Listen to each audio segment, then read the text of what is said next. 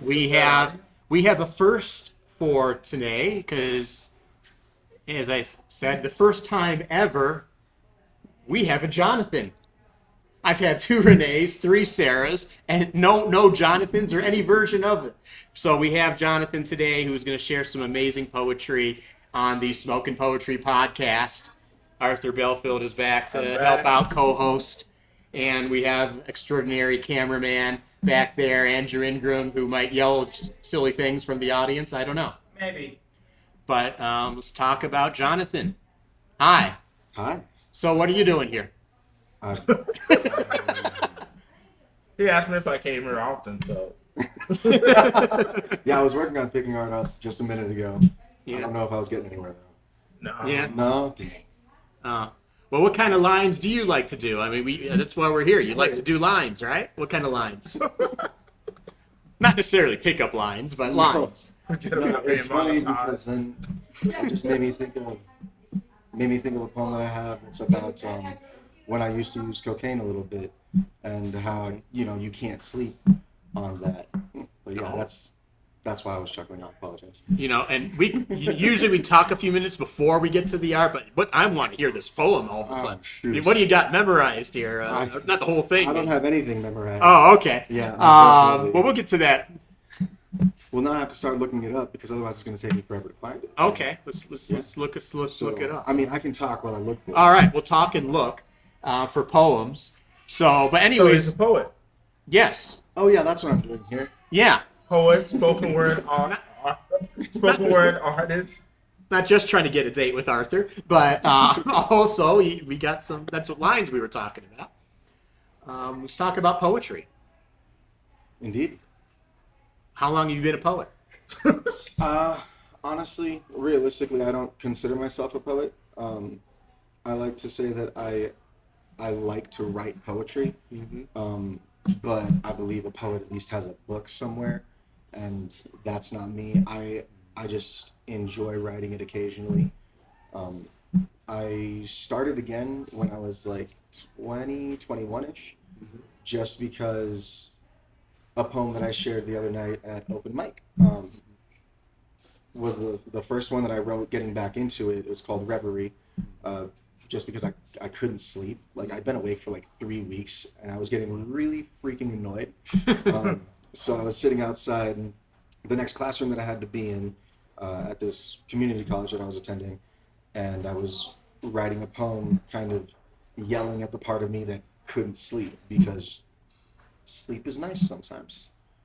On occasion. Yeah. No, that's a great segue. You had a poem. You posted on your Instagram. It's called A Poem Beyond.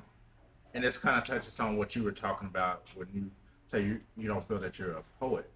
And it's like in this poem, the poem Beyond, and it was like you described someone else giving you the words, giving you the lines, and helping you write this piece. Do you feel that it's a spirit or a God or something that's guiding you when you write? And I'm gonna get you to tell the camera. Oh yeah, sorry. Look. Yeah, I feel like this is more natural. Don't worry about it. Andrew doesn't think we need to worry about it. I think you should talk to each other. All right. It's much more compelling. Yeah. Oh. I don't really know. I feel like it's more of just there are certain poems that when I write them, it really just flows out of me so quickly. I'm not even thinking. I'm not really coming up with the words in my head. Usually there's a voice in your head that's talking you through it. But every now and again, I'll have a few where it's just like I'm writing and I'm writing and I'm writing and I'm writing, and then it's like, oh, okay, I'm done. Yep. And then I look at the paper and it's like, holy shit, when did I write this? And there have been other times, like I was talking about at the open mic the other night, where I was drinking and I woke up the next morning and there were a couple things scribbled on a page, and I was like, oh, that's actually pretty okay. I like that. And that's actually where the Poet Beyond came from. It was one of those nights where me and my wife were having a good night, just like listening to music and talking. And then I was like, wait, baby, I have an idea. And then I just, give me 2 seconds. I just want to write something down really quick so I don't forget it tomorrow. And then all of a sudden the poem was there. And I was just like, oh, this is done. Nice. And then I read it the next morning. It was like, actually, that's pretty it's pretty spot on for where I feel like a lot of my stuff comes from. And shout out to your wife, Larissa, right? Yes. Larissa. It's like, don't call her another name. Who's Becky? With the good hair. But I like seeing y'all because I like seeing that support. And when you're on stage, the look in her eyes, that admiration, that respect, and how proud she is of you. Like the other day, we had a poetry slam, and she was like, "No, baby, you're going up there. We're gonna drive up there right now." You're like, "But I was gonna watch TV." No, you're gonna do it. I love seeing that support, and it's something that a lot of us relationship goal to have that. What does it mean for you to have that support from your wife with your art?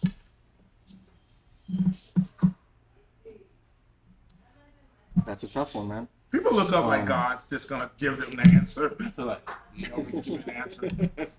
It's a thinking look, actually, but that's okay. Honestly, it's I don't want to say it's everything because obviously I was writing before that, but I never shared with anybody. I feel like she's a big reason why I feel like I can actually share a little bit now, because before it was very personal. I have a whole other poem about how like the reason I got into writing was because I initially started with like singing and songwriting and playing the guitar, and then that was too loud and I didn't like being noticed like that, so I moved into just doing like paintings and drawings and stuff, but then that was too easily discoverable, so one notebook on a giant shelf with a million books is really difficult to notice, and you can hide poetry really fast that way, just because of the climate that I was in at the time. Just everything was not ideal. Yeah. And having her support like that has obviously helped me grow past that stage, because now I've actually been on stage a few times, and I still shake and get nervous every time I'm up there, and I can feel whole swarms of butterflies, but at least she's able to get me out of my shell enough to actually do that. And I noticed the other night at the poetry slam, honestly, I didn't get to see your stuff, not just because I was being a jerk, but the place was so packed, it was overflowing. So I figured I'll be the guy. Other people can see it for the first time, and I hung outside since I had.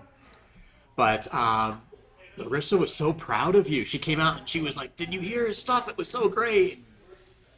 So I assume it was good.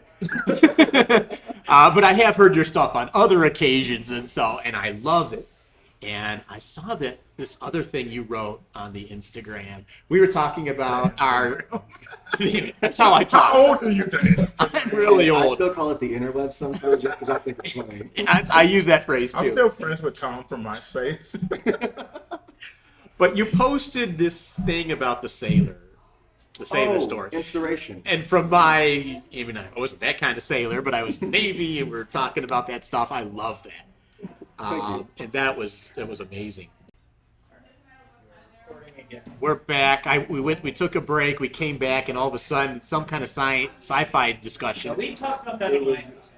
Oh, in your episode. We'll talk We're about going to get it. back to that sci-fi, but But we do have to talking talk about your about for writing. just a second, because you were asking about the art that I'll post with them sometimes. Yeah. And no, that's AI generated creations. Yeah, that's not. Okay. I wish I could do those things. My hand is not that skilled. That's why I stick to writing now as well. Well, let's be. You have some. You actually do your own drawing, right, Arthur? Yeah, I'm an artist, writer. I do it all. If it's art, I do it. Except performance art, I'm not doing that. So yeah, and I don't know if it's you have my issue, but it's like I have very unsteady hands. So I can have an idea I would like to paint or draw. You can't even read my handwriting when I print. So are me you left-handed painting, or right-handed? right? That's weird. Most right-handed people normally have decent handwriting. Not me. And Andrew's like, no. Absolutely not. There's no statistic backing that up. No. So yeah, you do not want me doing your tattoos because that might be very messy. But we should share some poems, maybe. But I got a couple questions I want to get in before we get a poem. Because he's actually got to find those. Oh, we got to find them. He's got to find I those. found the one already. Okay. Go ahead. Ask him Now about you have a poem called Archer, which I did because you're kind of like a huge metaphor for someone who is self-aware that they're a sinner and they're probably going to sin again. What made you write this poem? And do you think people can just throw away or isolate themselves You're talking about from Anchor, humanity? like Yes. the one that I just posted today. Yes. Okay, cool. I heard you say Archer, and I was like, I have not written a poem called Archer. I my also guy. heard. I also heard Archer. No, my phone. Can you when I get- what do typed you say, it in, Archer? I corrected it. Oh, I heard okay. Yeah, Cool. So, 3-1. It heard. Sorry. So do But you? Anchor. Yes. Let's talk about that because I looked at it as like this confession of sin, and you're like, no, I really don't want to do this. Throw me away. Throw it. Let's get out of here. But what made you write this piece? And do you really think isolating yourself, will help not sin or do whatever inhumane thing again? The fun thing is, a friend of mine asked me to write him some poems based off of just like words. He just wanted 5 poems from 5 words, and it was like happy, sad. I think one was angry, and another was like, it wasn't like proud, but it was confidence or something like that. I think maybe.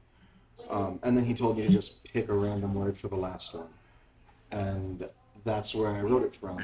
That being said, obviously, I do write from what I know because that's pretty much all you can do. And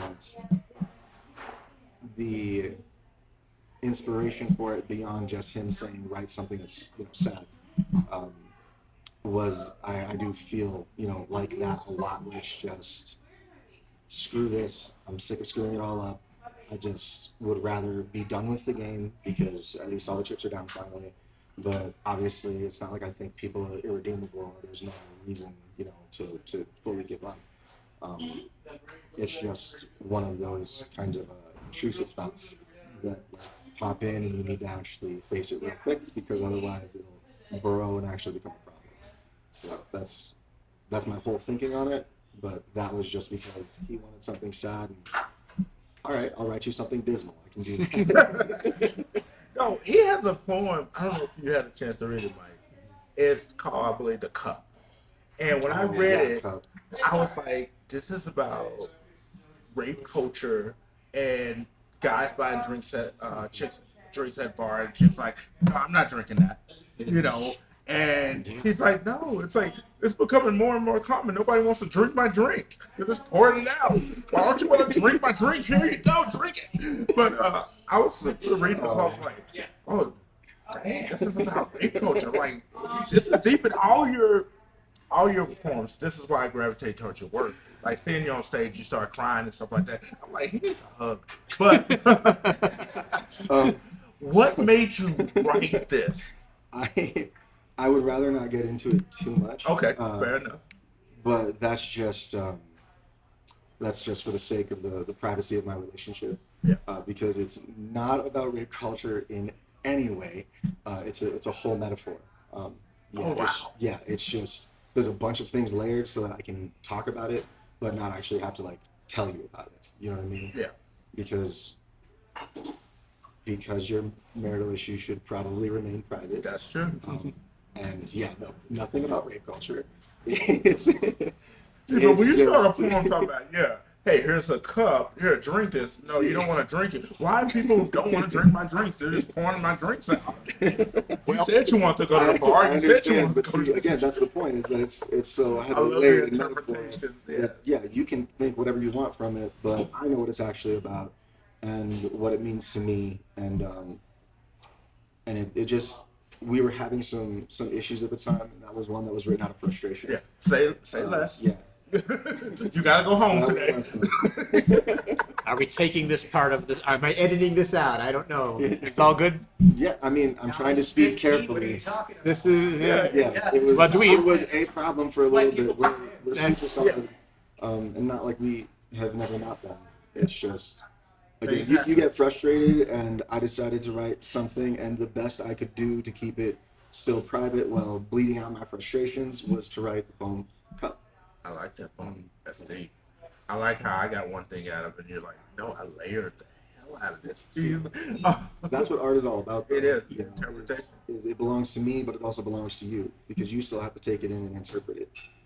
And it can mean something completely different to you and affect you in an entirely different way. while it still maintains everything that it means to me. You know, art is Yeah. very personal, even though it's very private. So let's do the poem that we've been talking about and see what other people interpret it as. Why don't we do that? Yeah. Again, I promise, swear to God, this is not about rape culture. Even though I do understand now that you've said that, how I would that get could be this seen. interpretation. Yes. Who needs a cup? Pass it. Pass it. I'll fill it up. Please promise you will actually drink and not just pour it out. It's happened more than you'd think, and I don't know what that's about. I make things sweet. Indeed, my drink is strong, but catch the beat and you'll dance to the song. These drinks are my art, a most delicate craft. So you can sail on my heart on more than a raft. I can pour loosely, freely, but only for one, or at least ideally when things were fine and fun.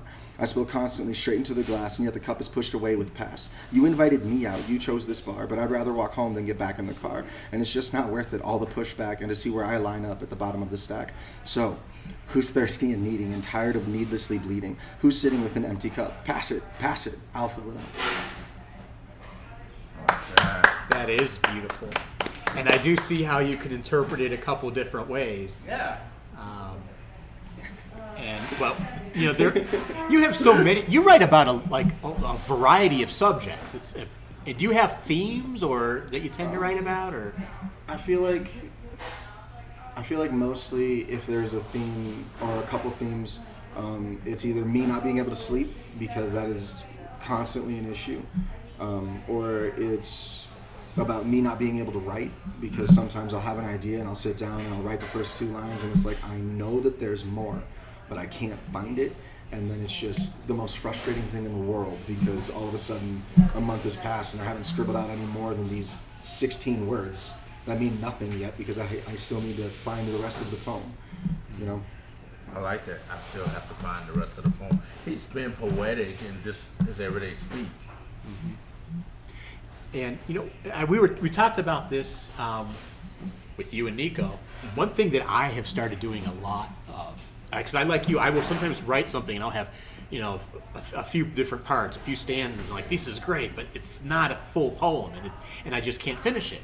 And then 2 months later, I'll do the same thing with another thing, and then I'll look at them both and say, hey, these are kind of the same theme. And just pop them together, maybe change a couple little things, and Lucky you. I like to do that. you know that's all my puzzle pieces do not match up on any of the edges, even a little. real. Like Yeah, all my unwritten things, my ideas folder in my phone, it's all random, all just a little bit different. You can't really connect them together like that unless you want to write like a crown of sonnets, and I don't think I'm skilled enough to do that yet. well, What's that piece you do? And I swear I saw you crying on stage. It's very powerful. I've cried on stage a few times, yes. Yes, I want to hear that piece. I forget the name of it, but Which one? the one you read at the last poetry slam. Drink? Yes. Okay. I'll find drink real quick. oh yeah, that's a beautiful one. Yeah. Go Like prove This it. one actually makes me sad. Still. It's obviously a very regretful poem. Just one of those times where you wake up after going a little bit too hard and realizing that you were an absolute piece of shit the night before. Yeah. And then you just sit there and you're thinking about everything. I don't know if your brain works like mine, but it goes through everything all the time. If I'm sitting here and you guys are talking and all of a sudden I go like this, it's because I just had a memory flash in front of my eyes and I'm so embarrassed again and just so hateful of myself. You And know, it was just I- one of those mornings. I feel that Yeah. very much. But anyways, let's not interrupt. Let's get to the poem. Yeah, the poem called Drink. I've been told that there's something that can be drank or smoked when it comes to creating. I don't mean to be what some would say is a fan of drinks, but something needs to quiet this mind that constantly thinks. And all it takes is a piece of ice to smoothen the silencing buzz. You would think it would quiet, that it would soften, but really it loosens my wrist, makes me write more often. I'm not so earnest to try to drown in the drink, hemming my way, stitching together what I think is something that comes quickly, smoothly, because my brain is screaming, my pen always moving. That being said, what you've read did have something to do with a man being dead. Perhaps not now, but accelerating toward what is ahead. And when I hit my wall, when the breeze hints at the fall, when gravity grabs harder than all, when I take the plummet, answer the call, before the kiss of earth, I will give birth to full glorious wings. On the wind will be a song that sings. Not of me, not of pride, just an alcoholic who survived the ride. Attempting to pass on in writing, wisdom given me from fighting, from trying to touch the bottom of a cask, from drinking every drop being my task. It might be sad, possibly upsetting, that I spent plenty of time consistently betting my life on me, dumb, drunk, blind, hoping an innocent wreck I might find. But I've been blessed, unlike my friends who rest. Always ever the thought makes me shiver that it could have been me to push them into the river. So I try to be better than racing by highway with trees. I hide them from me, give someone my keys, because I want or need to be home if I want to roam freely inside and find a rhyme now that it's not a gambling time. I tried to die, I tried to see in my mind what I couldn't be, and it drove to 1-2-0, drunk, stupid, feeling low. But instead now I sit on my chair, drunk, thinking, twirling my hair. I do not do the dumb things of the past. I thank God for making me last, for letting me miss those that could have been killed when I was drowning, driving for thrills. Now it's just at home, hand-locked with quill. On my paper is the only place I spill. I don't go out, I don't get billed. I'd rather be at home, empty cup, the page filled. Now that I'm not being dumb, drunk, or stupid. Now that I have a wife and I've been hit by Cupid. I stay at home, I try to survive. To live is for what I strive. But even so, I need to write. And sometimes my fuel is light. So I find a drink, perhaps a spark, anything to help with some art. I pace how it all goes down so I don't go too fast, so I don't drown. Even so, it can happen so fast. Writing poems, refilling my glass. I don't have an issue, I'm pretty sure. It's not a disease and I'm not in need of a cure. I just need some gas, a touch in the tank, just some cash to withdraw from the bank, to exchange for some words, a touch of art. Unfortunately, bottles can unlock my heart. It could be something else, just a spark, something to relight the room when my mind goes dark. So I try to pour shot after shot, scratching until the pen is hot, because now is my time off, my time free, my time to let the poet live, to be me. And no, I know it's not a perfect model. In sobriety, my poet doesn't dawdle. 2 days, 4 bottles, a little fuel for full throttle. Wow. Damn. That's a, and you have That's powerful. and you have a lot of detail. Now talk. We're back. Oh yeah, we're back after the long break. We're doing the camera file slices. We do a different kind of podcast. It's not polished. We just show all the roughness to the world. Speaking of the roughness, wow, was that amazing?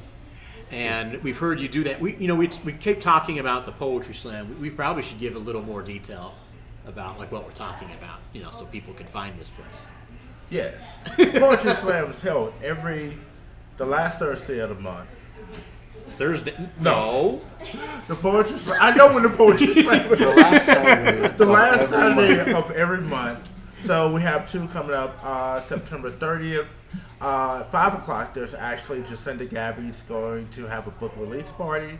There's going to be Simone Perez, Sarah Garlick, a couple other surprise performers are going to be there. And then at 7 o'clock, we're going to have a poetry slam. It's going to be great. I'm going to give away $100 to the winner. We're going to have an open mic. It's going to be a lot of fun. October 29th, we're going to have a Halloween contest, costume contest, and we're going to have a poetry slam. And yet again, I'm going to give out $100 of my own hard-earned money. I know, right? So if you want my money, show up Ultra Flat Black in Old Colorado City. I'll be there. Jonathan will be there. Andrew will be there. Mike will be there. We're going to have people there. It's going to be a party. Get there early to get a seat. Otherwise, this money thing puts me at a huge disadvantage because no one wants to give $100 to a lawyer. It's just, I have like zero chance. I will make this deal though. That's very funny, Mike. It's just a fact. I usually don't make it out of the first round, but I will make this deal. If I ever win, you can vote for a charity for me to give the prize to. How about that? Because I can't keep it. And this way it might neutralize the disadvantage I have for being a lawyer. But anyways. Quit telling everybody you're a lawyer. You kind of ruined that for me every time you introduce me. I'm trying to give you some prestige. Okay. Well, anyways, I think it's too late to keep that a secret. But speaking of secrets, let's do another awkward transition. Yay. We were talking about not just the writing, but the expression, which to me is the hard part. And it sounds like you may have gone through a similar thing. Because you said you were talking about how you were writing before you started sharing, and Larissa helped you to. Well, wow. What was Larissa. that? Huh? Larissa. That's what did I say? Marissa. Huh? Marissa. No, I said if the L. Didn't I not? I don't know. But I was also just confused by the question for a second there. See a little more. Another thing there, I'd say more or less important. See, you're getting me in trouble here on the live podcast. It's not live, but I don't cut things out, so it's all in Go there. live. Should we do it live? I mean, if we're not going to cut things out, then you can Might just as well do use it that live. feed, and it would already be on the internet, and you wouldn't have to do all this upload bullshit. Well, Yeah, there you you can go. use StreamYard to do live. You can stream directly to your But YouTube. this is a conversation we should have another time. Yes. Right. Right No, it's a now, good because we're in point. the middle of a show, Because it's the most boring thing an audience can hear. let's put you to sleep. See, I'm going to do some editing and try to make it not less boring, and let's get to the entertaining stuff. Revealing. What I meant to say, or meant to ask, is what was the experience like going from writing your own private stuff to sharing it with others? Oh, okay, sorry, that's what you meant by expression. Okay. Yeah, I was wondering Yes. where My you bad. were going with it. I mean, nerve-wracking. I'm a nervous person anyway, just like all the time, anxious and paranoid, and like one eye over my shoulder type thing. So it was very much a Jonathan, you've committed to this, go do it. There's no backing out now, even though there definitely is. There's no pressure. It was just, for me personally, I had to force myself very much so to actually go do it. At this point, even though it's only been, I want to say 4 times of me being on stage, the slam and 3 open mics, maybe it was only 2 open mics, Well, somewhere around there. We won't But- we won't send it to the account. Thanks. But yeah, even now I'm getting a little bit more comfortable. That being said, at this last open mic, I was definitely having my hand shake the entire time while I was trying to read, and I hope it wasn't too noticeable. But yeah, it's been nerve-wracking. It's been interesting seeing the response from people about the stuff too, just because. Again, I'm a nervous, anxious person, which means I am usually filled with tons of self-doubt. So anything that I write and I think I like doesn't necessarily mean that anybody else will. So it's been a really positive experience as well, getting the good feedback from UFB like I have. And that's what we like is that people feel comfortable coming on stage, sharing their jokes, their comedy, whatever the poetry, whatever the case, songs, and make people feel at home. And it's like very supportive, because you have a lot on your mind. You've been through a lot just from reading your poems, and for you to just like, I'm gonna share this with y'all. This is my gift to you. We want you to feel comfortable doing that, and it can change your life, Yeah. because you're like, I thought I was the only one that understood this situation, but y'all get it. It's therapy for me. And Ultra Flat does a great job cultivating that kind of culture. Yeah. Like I was going to ask both of you, from the sharing, how many bad experiences have you had coming out of there? Well, Where? none- Ultra none Flat? yet. Anywhere.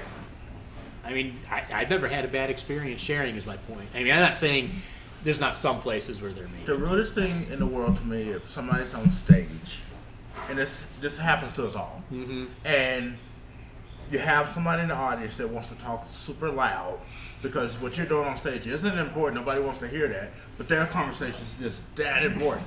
I've had to stop a person in the middle of performance, like, Yeah. are you finished with this conversation? Because I'm kind of doing something up here. Like when you're done, the show will go on. Oh, I'm sorry. You'll get people like that. And sometimes people don't mean to be rude. They're just caught up in their conversation. Right? And- You should keep talking about this when we get bus. This will be the last bit. All right. Well, anyways, you're ready to read. Let's Yeah, read. no, I let's just- read one. Let's read one now. You were then asking we'll, about inspiration. let's do that. Unfortunately, I'm not a huge fan of this poem just because I reuse like rhyming words and I hate that. That's not rhyming. And It sounds nice. but that's Well, let's that's see why what you're I decided to talking leave it about. there. Let's do it. Yeah. Abandoned ship and from her flee. Better her than all be lost to sea. First mate, be rendered silent is the captain's plea. Dear crew, I beg, depart not, stay along with me. But Admiral calls from ships numbered 3, leave Elpida alone and captain for drowning. Then company vanished quick as a wink. left small, untested sailboat to sink. Night reached down on vast ocean's face, and soon seas swells were by darkness embraced. Light blazed across the sky, wind roared from the heat. The blue's anger and rage against terrified vessel did beat. More and most fiercely Elpida battled the deep, up till the moment earth sunk in her teeth.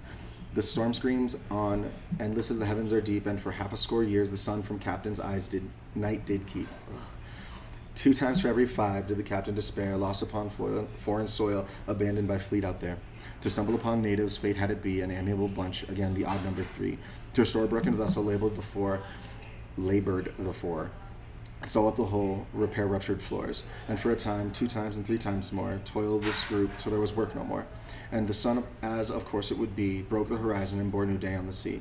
Set the deserted again to conquer the deep, no armada to accompany, but lone captain, no fleet. And now, even now, sails Elpida Bergin, meeting new worlds by way of the sea. In all her travels she met again her former fleet, but captain did not the admiral re-meet. For they had become galleys of ghosts, galleys to whom the dead were tending. Offering up a prayer, captain took his leave, and having left, returned to journeying. Abandoned ship and from her fleet, perhaps they, but never me. Elpida Bergin, mighty galleon proved by sea. A crew member forever yours will I be, and will serve your captain most faithfully. That is, I like that. yeah. See, but I want to talk a little bit about who you are, though. We've talking so much about your art. Where does that art come from? Who is Jonathan? What are you doing with your life other than poetry and this apparently amazing marriage that is going to make so many of us jealous? Kids for Jonathan.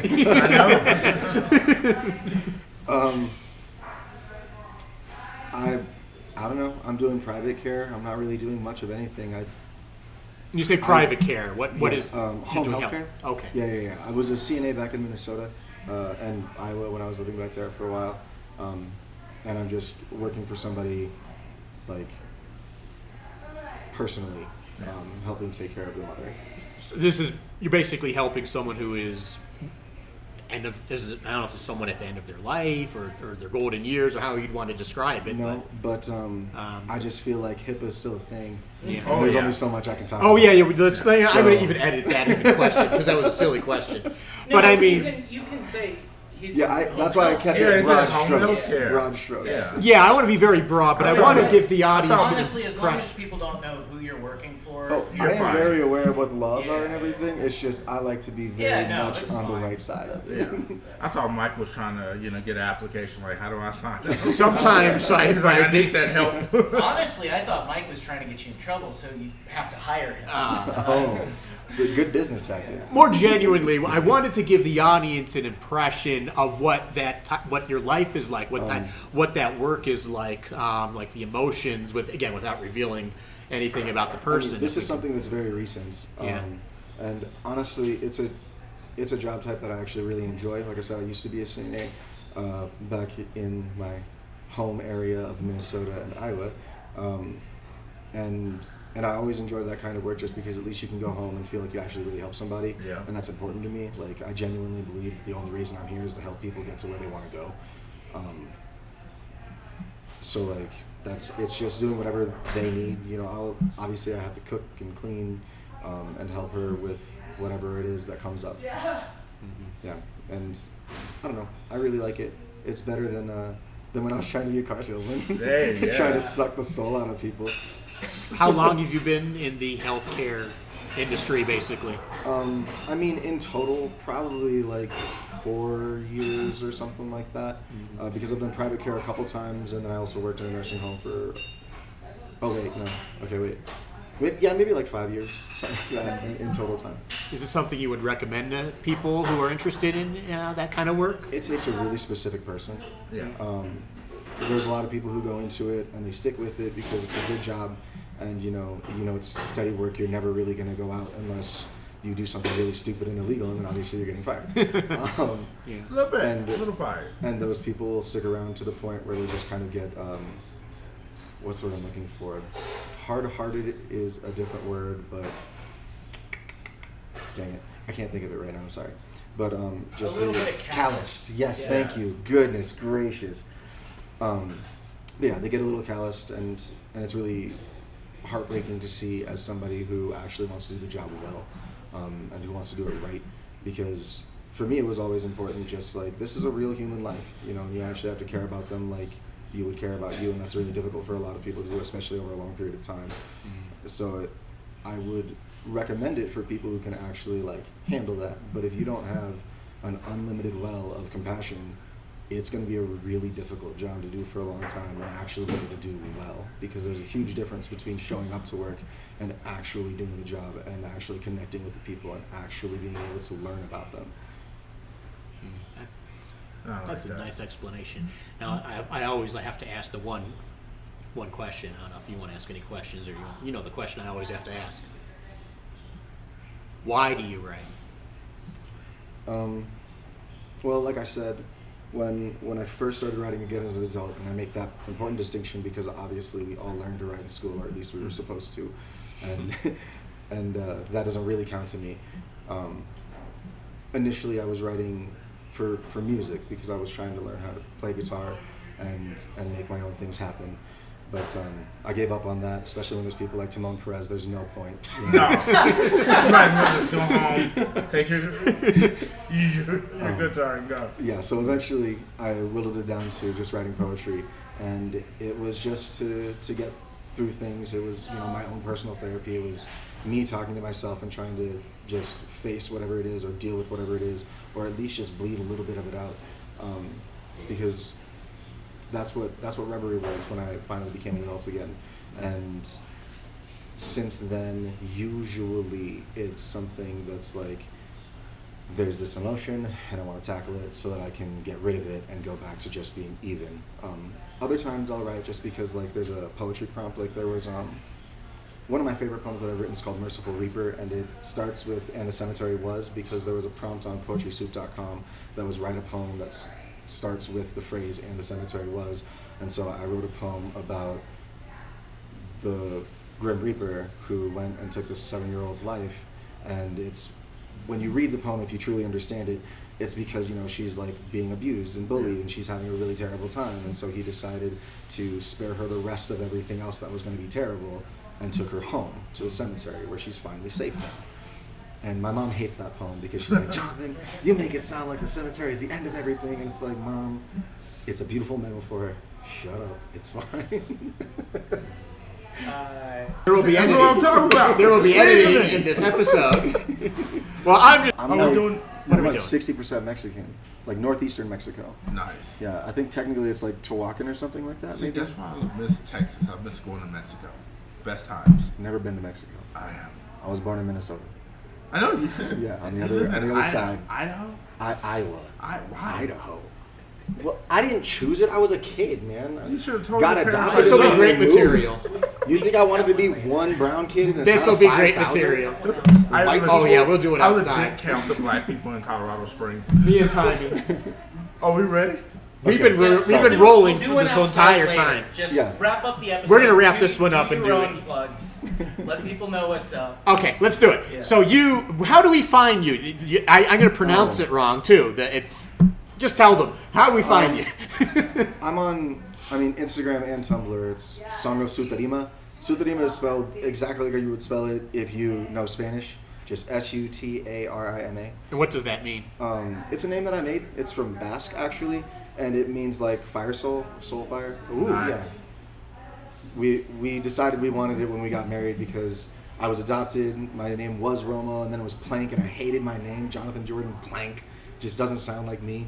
And then when we got married, we were like, let's make a new name. So I did a little bit of Research. investigating and whatnot, and just decided to go with Sutarima. That is dope. So that's legally your last name. Yeah. Yeah. Like I it's have on my never license. heard of a couple doing that before. Like- That is awesome. Yes. But we're going to do the quick version of awesome before they kick us out. So we've been talking about you on the show for previous things, but let's do a little talk about Arthur, how to find you. You can find me every month, last Saturday of the month at Ultra Flat Black at the Colorado Springs Poetry Slam. We start at 7 o'clock. It normally lasts to 10, 10:30, 11-ish. It's a good time. Find me on Instagram, Arthur Writes Stuff. Find me on YouTube, Critical Nerd Theory, where I talk about pop culture, comic books, all that stuff, even anime. I don't care if you're comic skate. Come on my show. It's a good time. And you've already found me since you're watching.